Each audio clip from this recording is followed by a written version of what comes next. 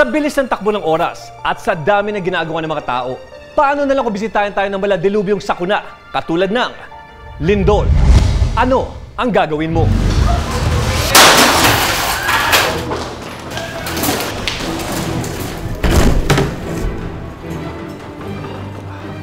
Kung sakasakaling matabunan ng mga malalaking mga bagay, huwag magpanik. Gumawa ng ingay pero huwag natin gamitin ang ating boses para hindi maubos ang ating lakas. Kung walang pito, pwede mag-improvise. Kumuha ng kahit anong bagay, katulad ng lampshade na ito, at ihampas sa kahit anong bahagi at gumawa ng ingay hanggat may dumating na rescuer.